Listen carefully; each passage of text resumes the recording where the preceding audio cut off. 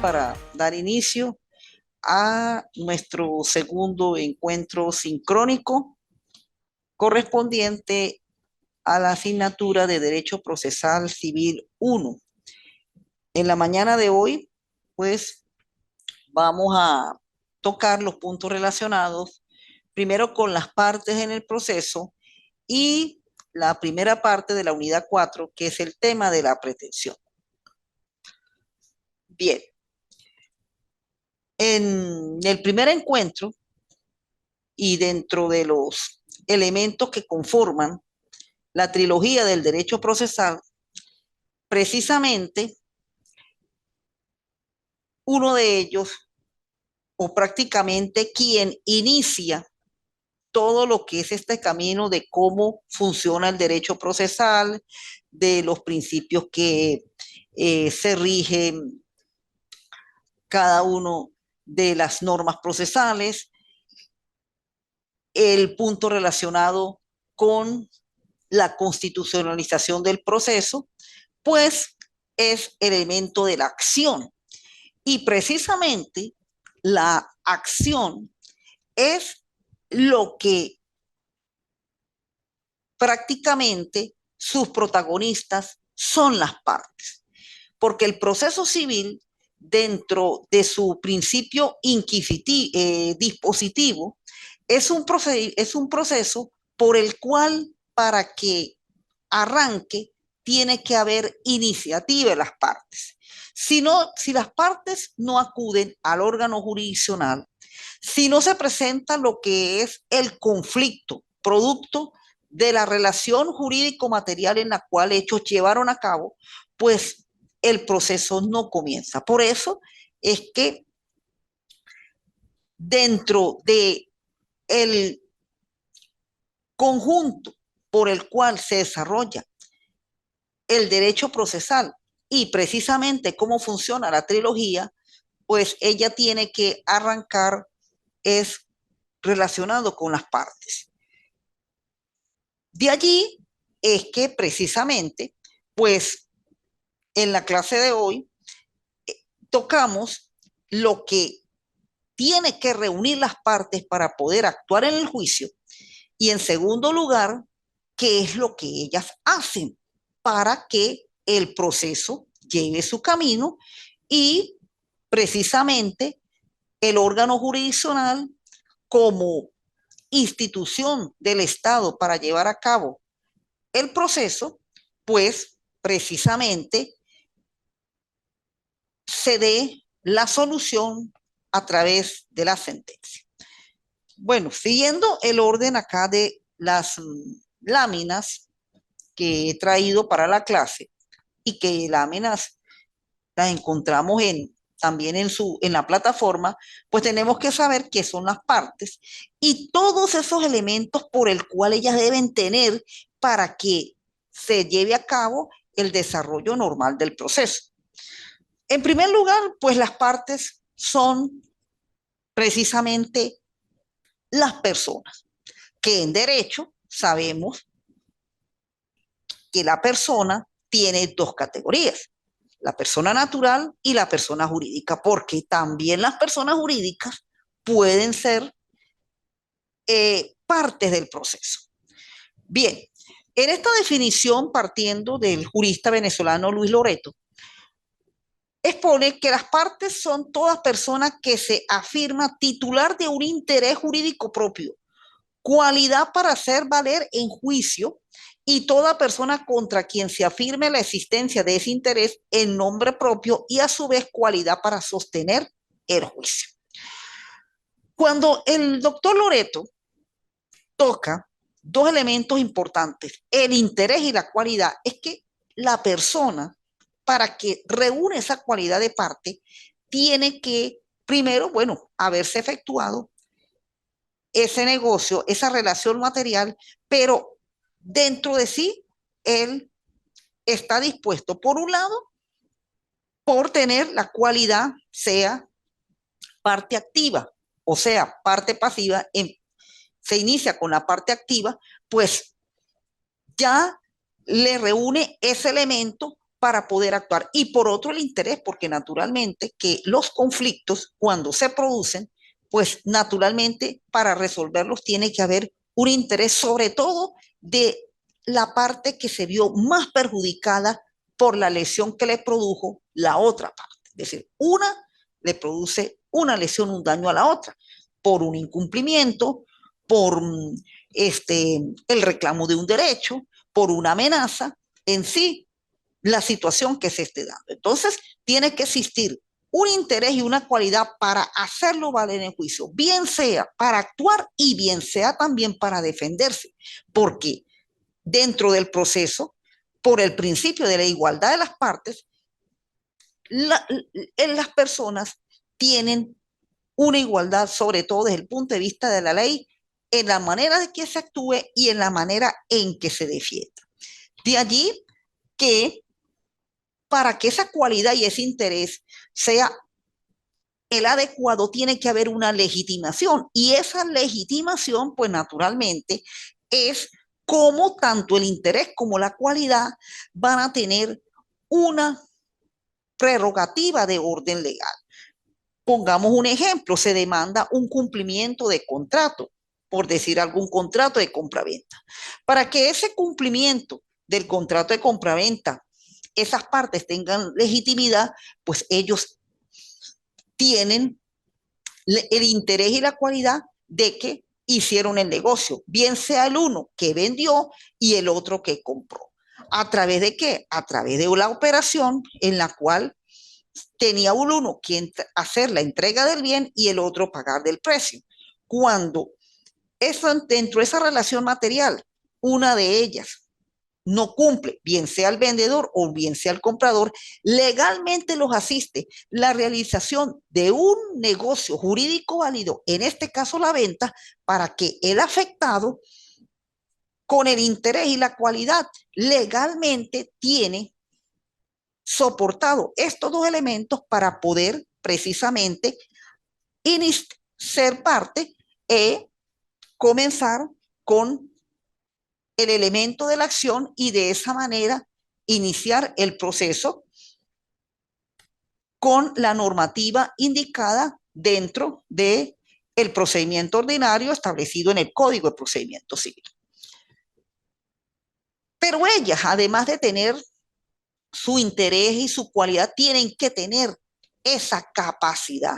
Y aquí tenemos que recordar en la definición en derecho civil lo que es persona, cómo en derecho actúa la persona. Tenemos que recordar que en el derecho la persona tiene que ser sujeto de derecho y para ser sujeto de derecho tiene que tener esa capacidad.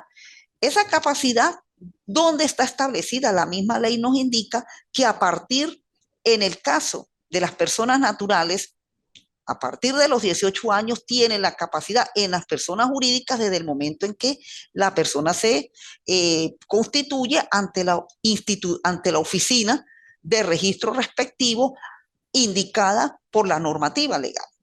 Entonces, la ley, además de la norma sustantiva, en la norma adjetiva nos indica cuándo son capaces las personas para obrar en juicio, porque tienen que tener capacidad, tienen que tener esa actitud, tienen que tener esa idoneidad para asumir, adquirir y asumir derechos u obligaciones, como lo define el jurista venezolano Aristides Ranger Rombel, dentro de su libro La teoría general del contrato, perdón, la teoría general del proceso civil, y precisamente indica la norma en que se fundamenta la capacidad, que es el artículo 136 del Código de Procedimiento Civil, que como lo indica la página y acá en la norma adjetiva, pues me permito leerlo.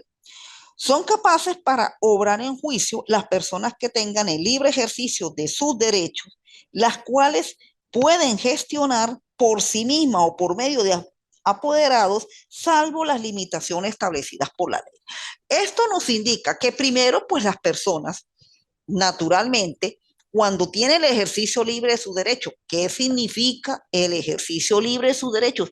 Que no pueden estar sometidos ni a inhabilitaciones, ni a interdicciones, es decir, aquella persona en la cual presente problemas, bien sea de lucidez mental o aquellas en las cuales estén siendo privativas de libertad producto de una condena penal, pues el ejercicio de sus derechos está limitado.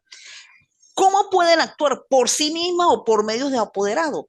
Cuando el legislador nos indica, pueden gestionar por sí mismas. ¿A qué nos estamos refiriendo? A que ellas actúan en juicio asistidas por un abogado. Desde el momento en el cual realiza cualquier acto procesal de los establecidos en la norma jurídica, tienen que estar asistidos por un abogado, tal como lo establece la propia ley de abogados, o por medio de apoderados, y aquí es donde viene la figura de la representación judicial, lo que viene la figura del otorgamiento del poder que se va a tocar más adelante.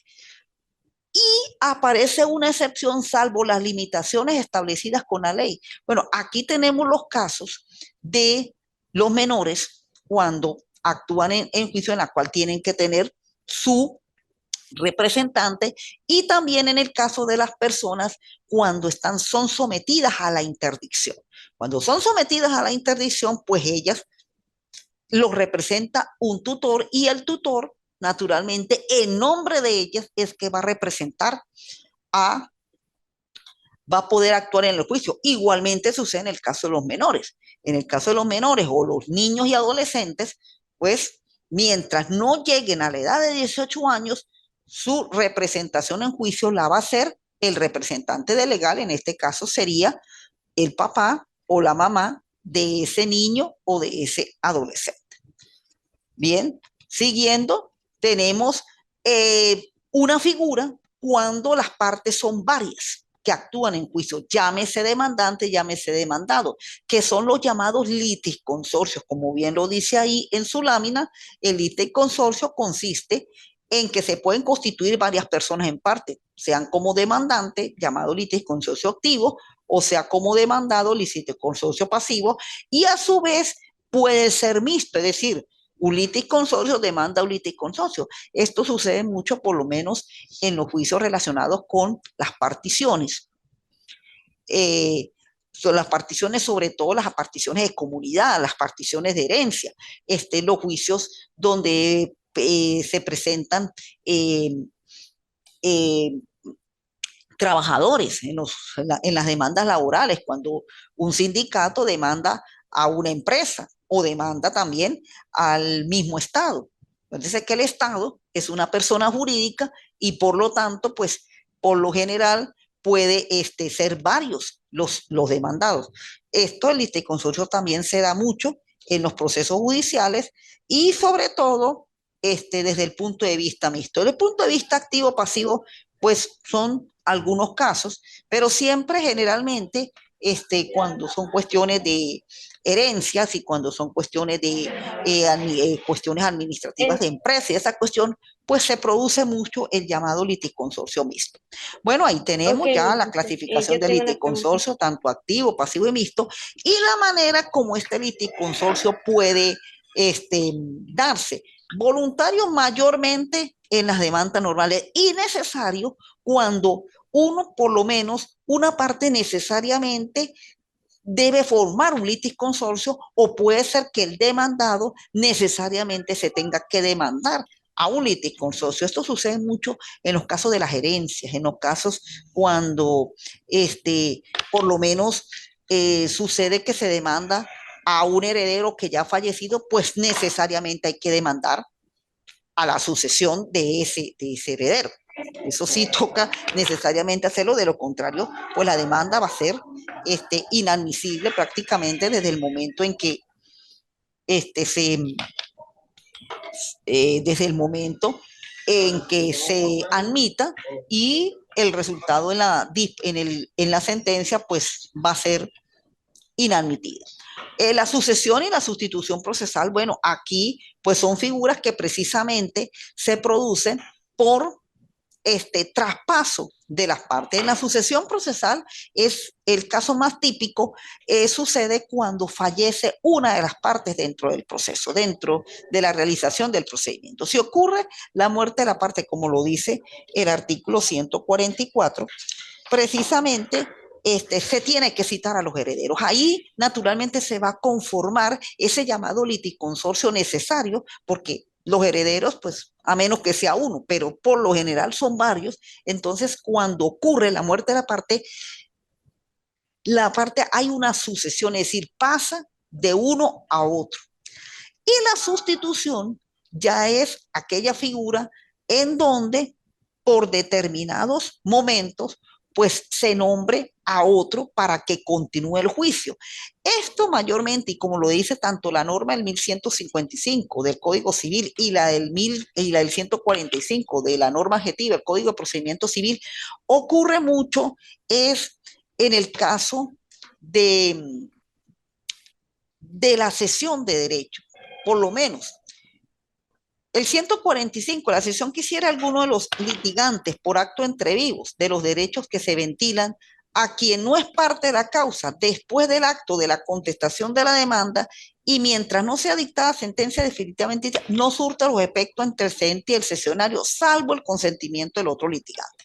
Acá, por lo menos, esta sustitución procesal se produce ya es de manera voluntaria. La primera es obligada porque cuando ocurre la muerte, que es un hecho imprevisto, pues se va a formar una nueva parte, o sea, una nueva parte que son los continuadores del inicial, del que inició el juicio, o bien sea de la otra, que podía ser también el demandado, porque cuando hablamos de partes demandante y demandado, aquí en la sustitución es prácticamente cuando una parte le cede a otra que continúe en el juicio. Y esa continuación pues va a tener sus efectos siempre y cuando en qué momento se produce. Si es antes de la contestación, pues no necesita la aceptación de la otra. Si es después de la contestación, pues sí necesita la aceptación para que esa sustitución sea efectiva. La representación de las partes, pues es la que se actúa por medio de un poder y este poder, pues es lo que normalmente nos dan a nosotros, los abogados, para poder actuar en su nombre todas las actuaciones que se estén en el proceso. Ahí tenemos en el artículo 136 que expresamente pues nos indica lo relacionado con el gestionar por medio de apoderados su representación, como lo leí anteriormente, puede actuar por sí o por medio de apoderados. Y ese apoderado, para poder actuar en el juicio, tiene que tener una representación judicial, que se puede dar de dos maneras, a través de un poder autenticado, notariado, ante la oficina de la notaría respectiva, en la cual ahí se lee y se indica cómo es que el abogado va a actuar, o también dentro del mismo expediente el llamado poder apudacta. Este poder apudacta pues se otorga ahí mismo y la parte pues lo firma, se identifica frente al secretario del tribunal y de esa manera pues el abogado se constituye apoderado y ejerce todas sus actividades en nombre de la parte dentro del juicio. Ahí tenemos la normativa en que se basa el poder, 150, 151 del Código de Procedimiento Civil. El poder, cuando las partes gestionan en el proceso civil por medio de apoderado, estos deben estar facultados por medio de mandato de poder. Y ese poder, como le digo, es un documento público que se puede otorgar ante la notaría o se puede dar dentro del mismo expediente. Luego, los actos en los cuales se tienen que indicar las facultades que va a hacer, y las facultades, pues sencillamente todos los actos del proceso por el cual va a actuar el apoderado. La sustitución de poder se da mucho dentro de en los procesos, sobre todo a los fines de que el abogado que inicialmente tiene el poder en un momento en la cual por lo menos tenga que ausentarse por un tiempo, le sustituya a otro colega de su confianza. Esa facultad tiene que estar indicada en el poder, porque eso sí, la facultad que no esté indicada, lamentablemente el abogado no la puede hacer, y si la hace, ese acto procesal va a ser nulo por ilegitimidad de la persona del apoderado. Ahí sí, por eso, cuando se otorga un poder, el poder en su redacción tiene que estar indicado todas las cualidades, es decir, todos los actos que tienen que realizar en el proceso, hasta si llega por lo menos a la última instancia, que sería bien sea un recurso de casación o de invalidación, si diere lugar a ello.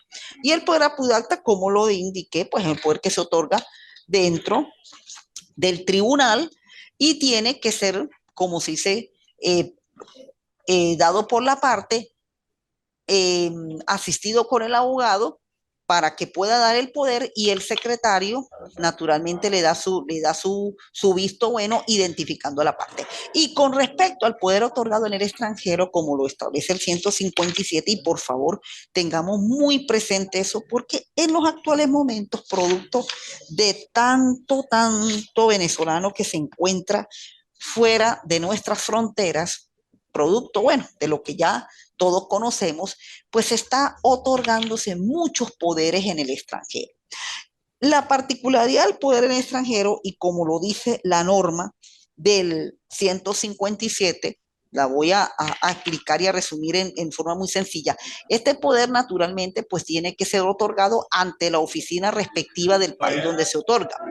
Ese poder tiene que tener apostillamiento precisamente ante la oficina consular venezolana que se encuentre en ese país, y una vez que tenga su respectivo apostillamiento de la autoridad consular venezolana, tiene que ser registrado en la oficina de registro público respectivo, bueno, del lugar donde se encuentre el apoderado. ¿Por qué? Porque si no cumple esa formalidad, entonces habría deficiencia del poder, y por lo tanto las actuaciones que hace el apoderado pues van a ser inválidas, van a ser nulas. Entonces, el poder otorgado en el extranjero tiene sobre todo esa particularidad que tiene que reunir una formalidad para poder ser válido en Venezuela, como lo es otorgado ante la oficina notarial respectiva del país donde se otorga, tener el respectivo apostillamiento de la oficina consular venezolana en ese país, y posteriormente, al estar aquí en Venezuela, ser registrado en la oficina de registro público correspondiente a los fines de su validez y poder actuar en el juicio. Bien, ahí tenemos la norma el 170, bueno, los deberes de las partes y sus apoderados y sus sustitutos, pues deberes en las cuales pues tiene que ver con la lealtad, la probidad, el informar acerca de lo que está ocurriendo dentro del proceso, y que eso es uno de los deberes que nosotros como abogados tenemos que hacerlo, y los futuros abogados que se están formando acá en los convenios del IEPSI con las universidades que en las cuales está formando, entre este caso con la Universidad de Falcón, con la UDEFA, pues tienen que irlos cumpliendo, es decir, y así sucesivamente como lo indica la ley. Tenemos, bueno, una institución también que participa las partes, y que son esas llamadas terceros, que son aquellas partes que entran al juicio principal, en la cual tienen también interés y cualidad en lo que se está llevando a cabo en el proceso. Puede ser en forma voluntaria, como puede ser en forma forzosa o obligada. Y ese tercero que interviene en el juicio se va a formar un nuevo juicio y se va a convertir en parte de ese nuevo juicio, y tiene que tener los mismos requisitos que las partes originales: tener cualidad, tener interés, tener legitimación.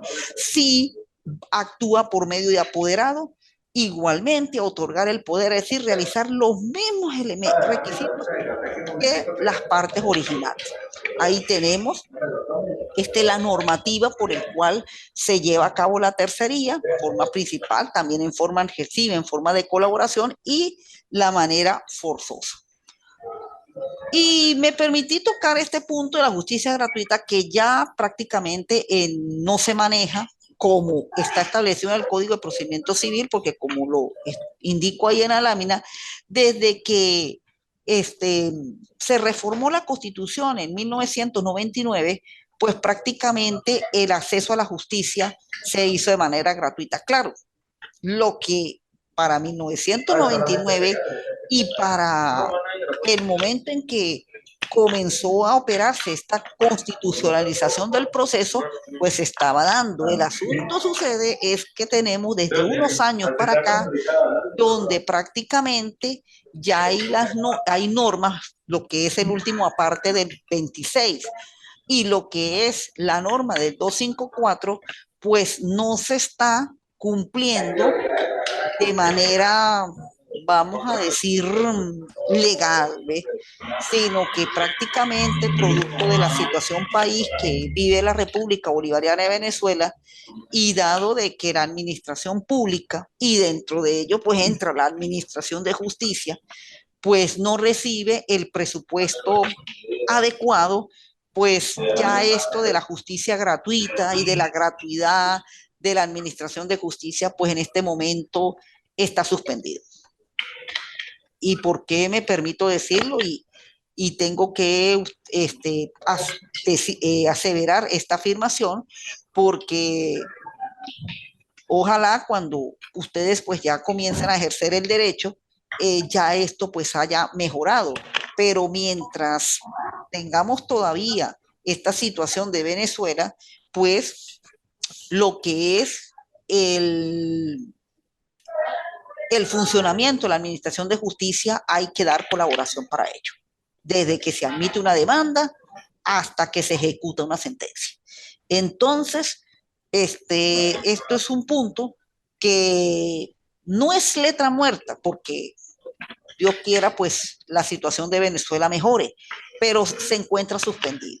Si la gratuidad está suspendida, pues ya esto de la justicia gratuita, prácticamente fue derogado por la reforma de 1999, pero que en un tiempo pues se aplicaba a los fines de aquellos quienes no podrían cubrir todo lo que son los gastos del proceso, pues fueran exentos de esa este, beneficio que se da. Bueno, en el proceso civil, pues también tenemos la participación del Ministerio Público. Más que todo en lo que se refiere a los procedimientos donde están involucrados el buen orden de la familia, es decir, el derecho de familia más que todo. Todo aquellos juicios donde interviene el derecho de familia, bien sea juicios de filiación, juicios de divorcio que todavía se lleven bajo el Código de Procedimiento Civil, porque recuerden ustedes que dentro de la jurisdicción especial del OMNA, solamente los divorcios que se llevan allí son donde hay niños, niñas y adolescentes, pero en aquellos divorcios donde no hay niños, niñas y adolescentes, pues se lleva a cabo por el procedimiento establecido en el Código de Procedimiento Civil, que eso se verá en los juicios especiales, que son los que contemplados en el libro cuarto. Todo lo relacionado con las rectificaciones de las actas del registro civil, igualmente, cuando no hayan niños menores, sino son adultos, pues ahí va a participar el representante del Ministerio Público. Más que todo, él actúa es como garante de la legalidad de ese proceso. Ahí tenemos precisamente la norma del Código de Procedimiento Civil, el 129, donde bien precisamente lo establece que el Ministerio Público, como parte de buena fe en los juicios permitidos por este código, por el Código Civil o por la ley orgánica del Ministerio Público o por algunas leyes especiales, en resguardo de las disposiciones del orden público y las buenas costumbres.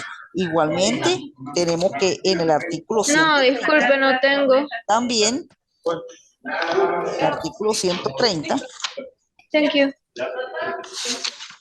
En el artículo 130, el Ministerio Público puede proponer la demanda en las causas relativas a la oposición y anulación del matrimonio. Así se me cada vez que se nos acaba la niña pan. en los mismos casos Lo que y usted acaba de términos decir. establecidos en el código Ella. para el síndico Yo procurador era. municipal. Es decir, cuando sean acciones relacionadas con el derecho de familia y el derecho aquel relacionado con las personas, sobre todo, cuando son intrínsecos de las personas, donde ya el Ministerio Público pues no participa, es con los juicios relacionados con la materia de obligaciones, la materia de los derechos reales, la materia sucesoral, es muy poco que participa, pero cuando son estos donde interviene el derecho de familia y aquellos del estado y capacidad de las personas, y uno de ellos es el juicio de interdicción, también se encuentra en el libro cuarto, pues ahí interviene el Ministerio Público y también tiene la facultad de proponer la demanda en caso de tener conocimiento de ella. Y tenemos el 131, las causas por las cuales interviene el Ministerio Público, y él más que todo garantiza la legalidad de ese tipo de procedimiento. Bien, bueno, vamos Voy.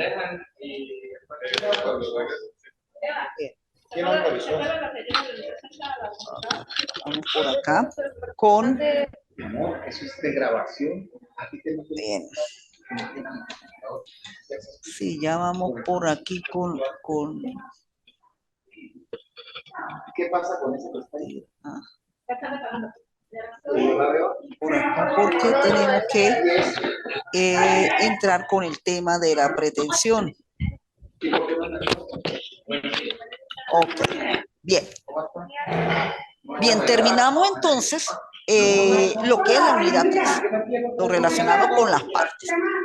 Y lo que nos queda precisamente en los últimos 20 minutos, vamos a tocar la primera parte de la unidad 4, que precisamente corresponderá a la cuarta evaluación, pero esta parte decidí darla en 2 momentos porque el tema de los actos procesales, que es precisamente cómo se ejerce la jurisdicción, cómo es que la jurisdicción actúa siguiendo las normas relativas al proceso, pues tengo que dedicar un tiempo bastante extenso para explicar lo relacionado a los actos procesales. Pero complemento precisamente con lo que hacen las partes, sobre todo una de ellas, que es la pretensión. Y allí es donde específicamente las partes llevan a cabo su actuación ante el órgano jurisdiccional. Cuando la norma del artículo 26 de la Constitución lo establece, que todo ciudadano tiene el acceso a los órganos de la Administración de Justicia, esa manera por el cual él accede, que es a través de la acción, ella lo va a materializar. ¿Y cómo lo materializa? Lo materializa dentro de un documento llamado la demanda, y en la demanda, en los requisitos de la misma, está la manera cómo va a materializar esa acción.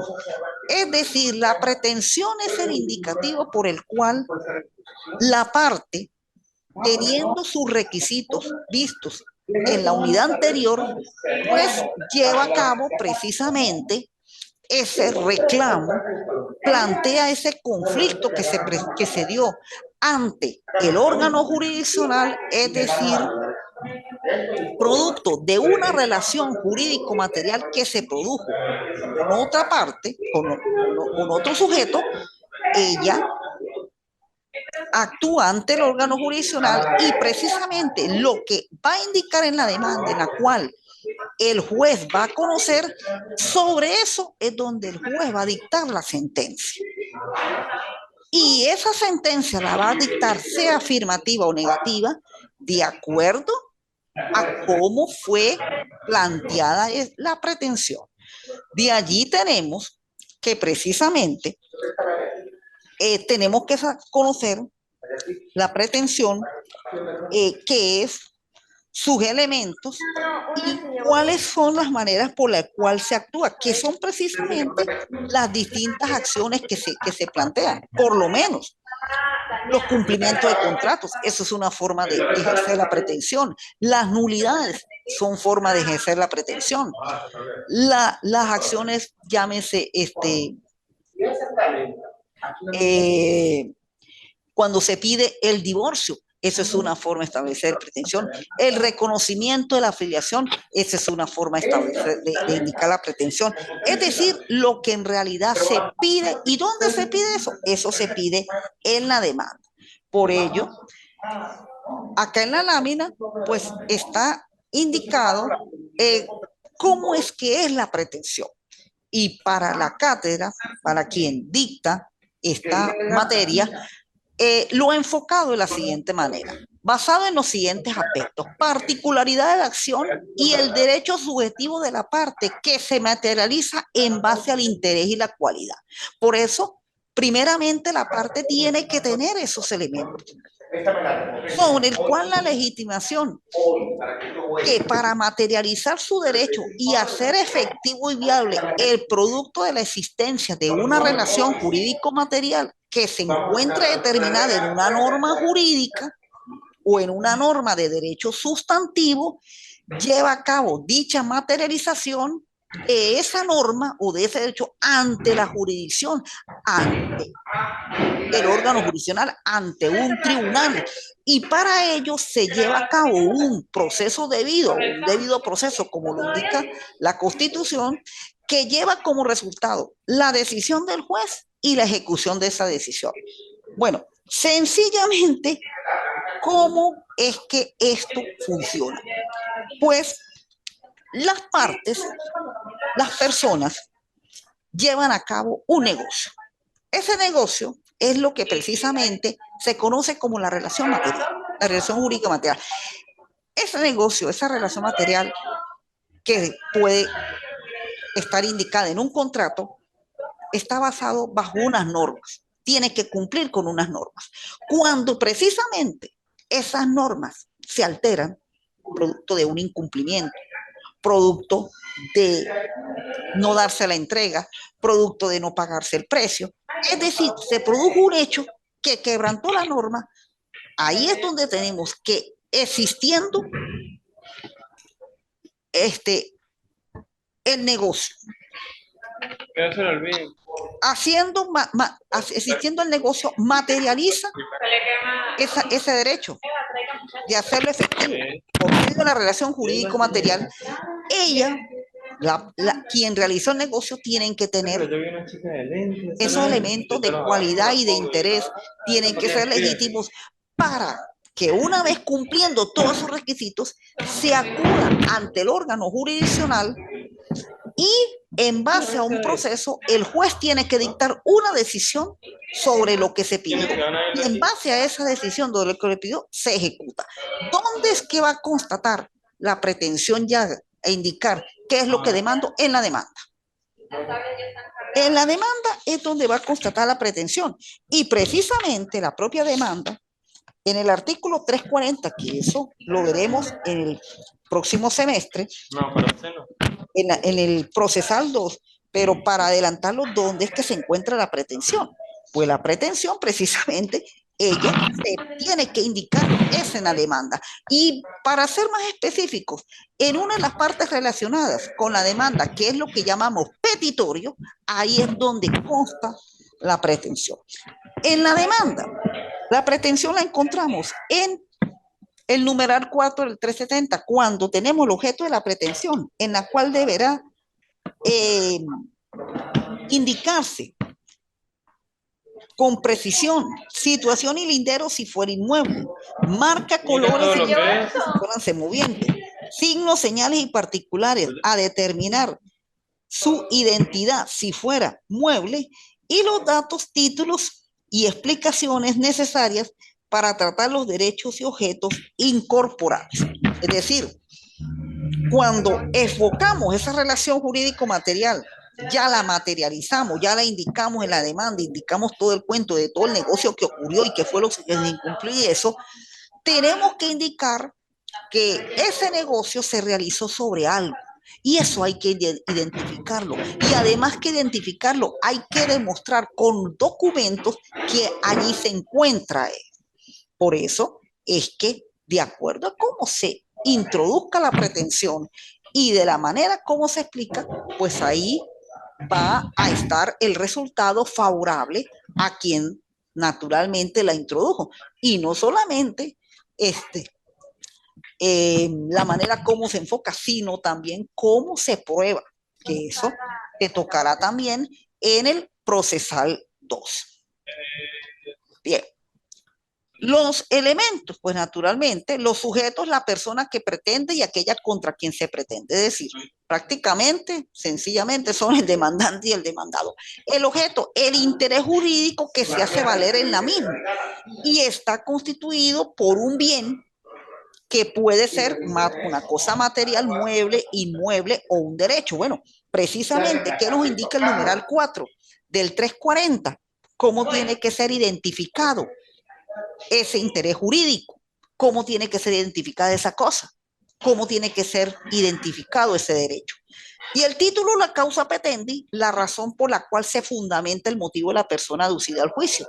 ¿Qué es lo que va a corresponder a la causa petendi? Bueno, pido el cumplimiento, pido la entrega, pido la disolución del vínculo, pido, es decir, lo que va a ser la razón en la cual fundamenta, por el cual interpone en ese juicio. Y tenemos en esta lámina las maneras como en las cuales se clasifican las pretensiones, y esos son los tipos de acciones o de demandas que se interponen. La de condena, mayormente aquí lo que se pide es al demandado el cumplir con una prestación positiva o negativa. Aquí más que todo en las pretensiones donde se establece la condena es al pago de cantidades de dinero. Que más que todo se toca, es lo que se toca en el derecho civil cuando uno ve el tema de las obligaciones. Bueno, el pago de dinero. Las declarativas, medidas declarativas, aquí es donde se declara la existencia de derechos. Y más que todo, aquí en esa declaración de derechos puede ser derechos de propiedad, un reconocimiento de filiación, la existencia de precisamente de una situación jurídica que va a surgir, etc. Entonces, esas son las llamadas declarativas, mero declarativas. Y las constitutivas, aquellas que se le pide al juez la resolución mediante se crea o se modifica o se extinga una relación jurídica, por lo menos en el caso del divorcio. En el caso del divorcio, pues aquí se extingue una relación jurídica.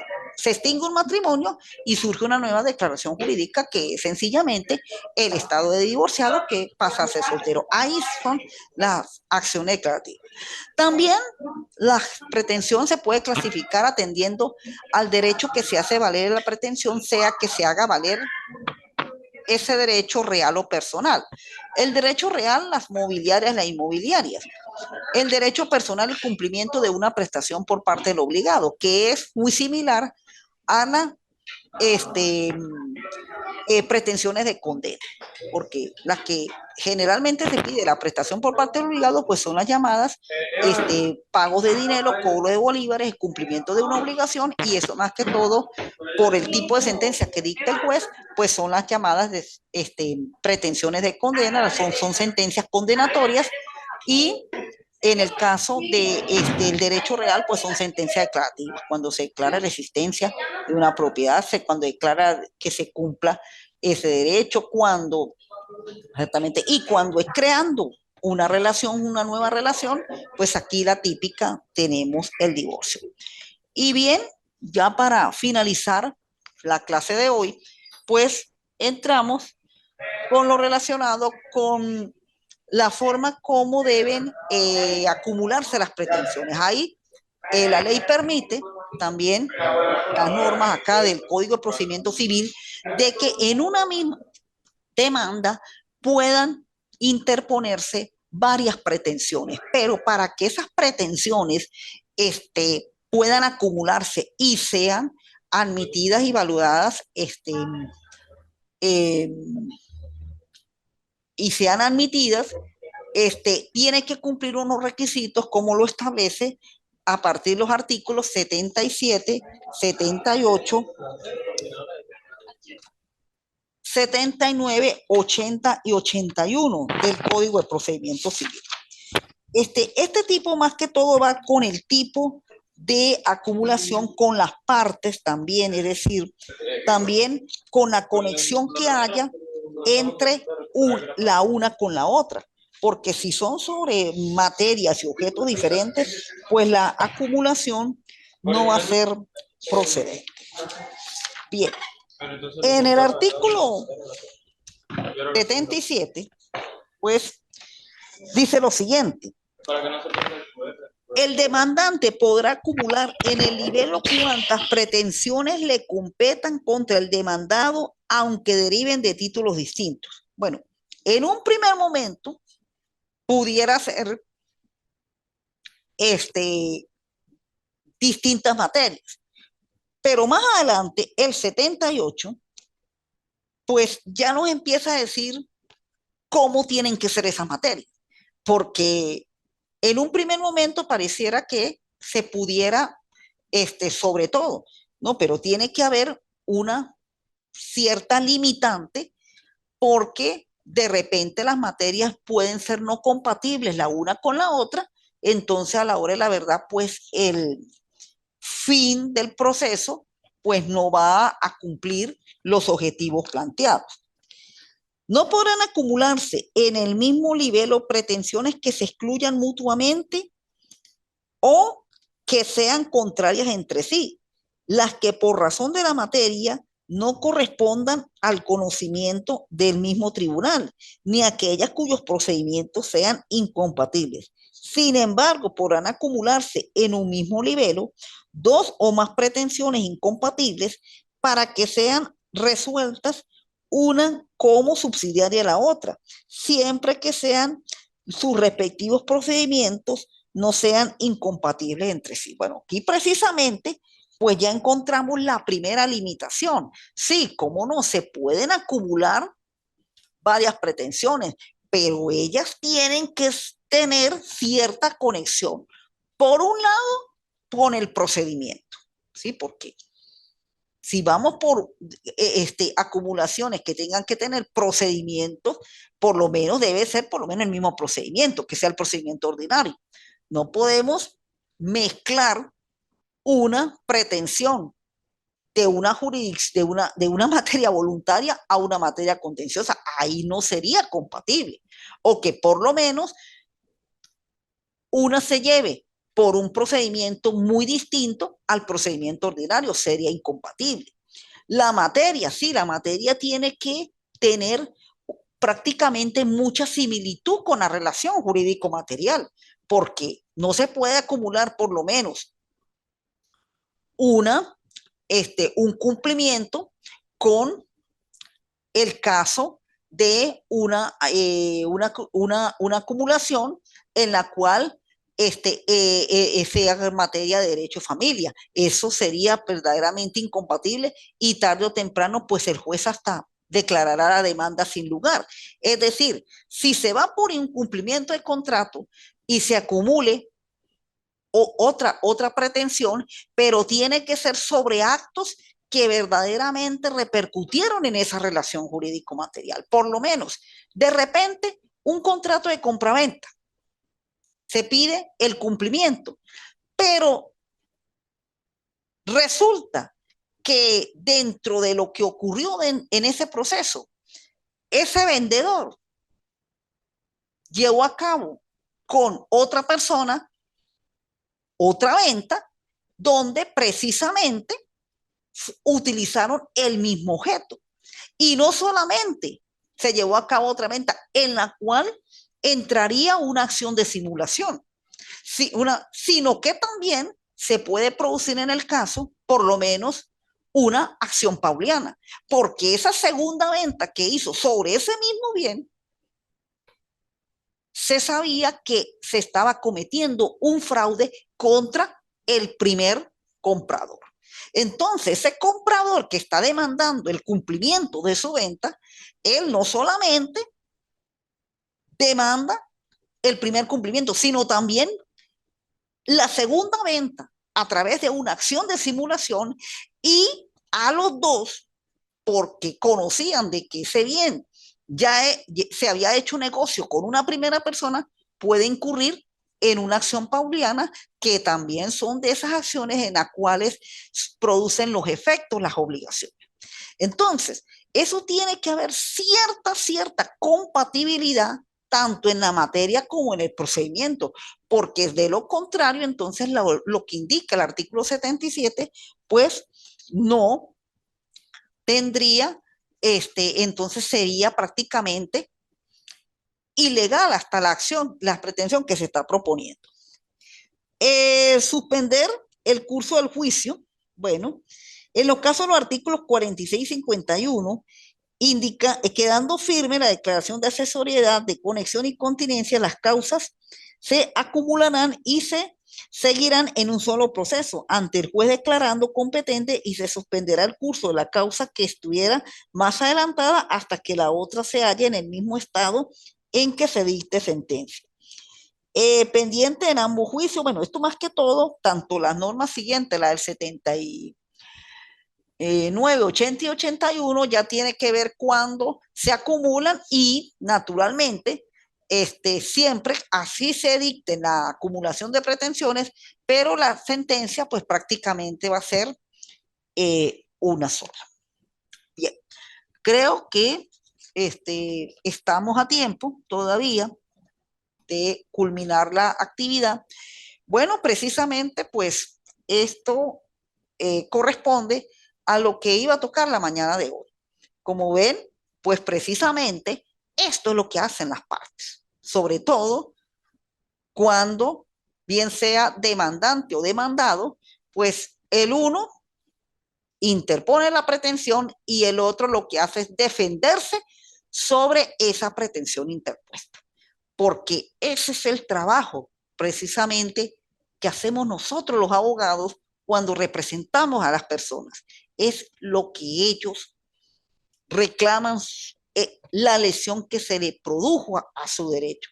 Y su derecho está enfocado en una relación material, a lo mejor un negocio que hizo de buena fe, que cumplió con los deberes de un buen ciudadano, pagó el dinero o entregó el bien, pero por un lado, como sucede muchos, pagan el dinero y no reciben el bien, o como sucede en otros, entregan el bien y no les pagan el dinero. Entonces, precisamente, ese es el debate judicial, y ese debate judicial pues se lleva a cabo ante un proceso, y ese proceso pues precisamente va a corresponder a los actos procesales en la cual corresponderá la materia y el punto a dar en el tercer encuentro sincrónico que en su debida oportunidad se les participará.